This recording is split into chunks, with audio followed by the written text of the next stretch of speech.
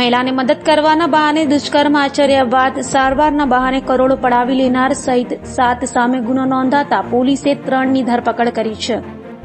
સુરતના ખટોદરા પોલીસ મથક વિસ્તારમાં રહેતી મહિલાને મદદ કરવાના બહાને ઉદય નવસારીવાલા નામના ઈસમે પ્રેમ જાળમાં ફસાવી હતી અને ત્યારબાદ મહિલા પર બળાત્કાર ગુજાર્યો હતો। ઉદય નવસારીવાલા સહિત 7 લોકોએ મહિલા પાસેથી 1 કરોડ 39 લાખ રૂપિયા પણ પડાવી લીધા હતા।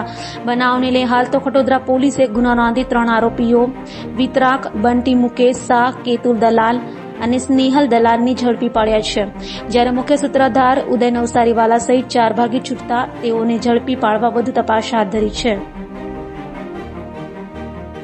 फरियादी को बताया गया कि जो उदय है वो बहुत कर्जे में है और वो बीमार है, अभी घर पे आराम कर रहा है और इस स्थिति में भी बहुत सारे लोग कर्जा लेने के लिए उसके घर पे बैठे हैं, उसकी बहुत बेइज्जती हो रही है। तो वो उसको भाभी कह के बोलता था वितरा कि भाभी जी आप ये कुछ और मदद कीजिए। तो फिर से विक्टिम इनके झांसे में आ गई और उसने 200 ग्राम सोना और उसको दिया। जो आरोपी है उसने बताया कि हम दोनों को साथ में रहना है और मैंने एक 3 करोड़ का फ्लैट है वो बुक करवाया है, उसका बाकी पेमेंट हो गया है, 50-60 लाख रुपए देने जितने बाकी हैं। और जो उसका आरोपी का मित्र है वितराग, उसने भी फ़ोन करके कंफर्म किया कि मैंने फ्लैट देखा है, बहुत अच्छा फ्लैट है, आप दोनों को यहीं पे रहना है। तो फरियादी फिर से उसकी बातों में आ गई और करीब 1 किलो सोना उनके खुद का, उनके फादर का, उनकी मदर की जो ज्वेलरी थी वो सारी घर से निकाल के और वितराग को हैंडओवर कर दी। उसके बाद में फिर से आरोपी ने और उसके दोस्त ने फिर से फरियादी को ठगने के लिए बताया कि फिर से जो मेन आरोपी है उदय नवसारी वाला, उसकी तबीयत ख़राब हो गई है और वो सूरत सिटी के सनशाइन हॉस्पिटल में एडमिट है।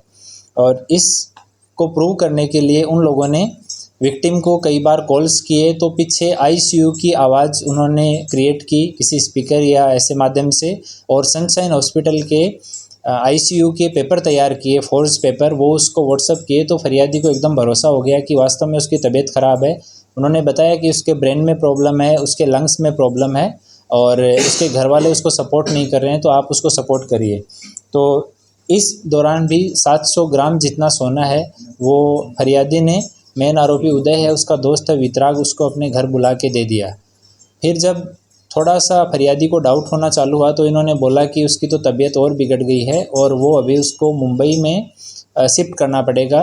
बाद में उन्होंने बताया कि मुंबई उसको शिफ्ट कर दिया गया है और वहाँ से व्हाट्सएप की लोकेशन भी भेजी कि मैं उसके साथ में हूँ, उसका ट्रीटमेंट यहाँ पे चल रहा है और इसके लिए और पैसे की ज़रूरत है, उसके दिमाग में प्रॉब्लम है, उसका ब्रेन का ऑपरेशन करना पड़ेगा, उसका लंग्स है उसमें इन्फेक्शन बहुत ज़्यादा बढ़ गया है, उसका इलाज करना पड़ेगा, ये सब बोला। तो फाइनली फरियादी के पास में उनकी शादी में और पुराने जो चांदी के गिफ्ट वगैरह पड़े हुए थे वो 17 किलो जितनी चांदी थी और 200 ग्राम जितने फाइनली उनकी खुद की ज्वेलरी बची हुई थी वो सारा निकाल के और फरियादी ने वितराग को दे दिया। उस टाइम पे वितराग ने बोला कि उसका 1 करोड़ से ज़्यादा का खर्चा है तो बाकी का पैसा मैं समहाउ मैनेज कर रहा हूँ, आप जितनी मदद हो सकती है उतनी आप कर दीजिए। इतना ये सारा टोटल मिला के 1 करोड़ 39 लाख रुपए का ये ज्वेलरी है, ये अलग अलग टाइम पे इन्होंने 2023 की साल में उनसे ले लिया।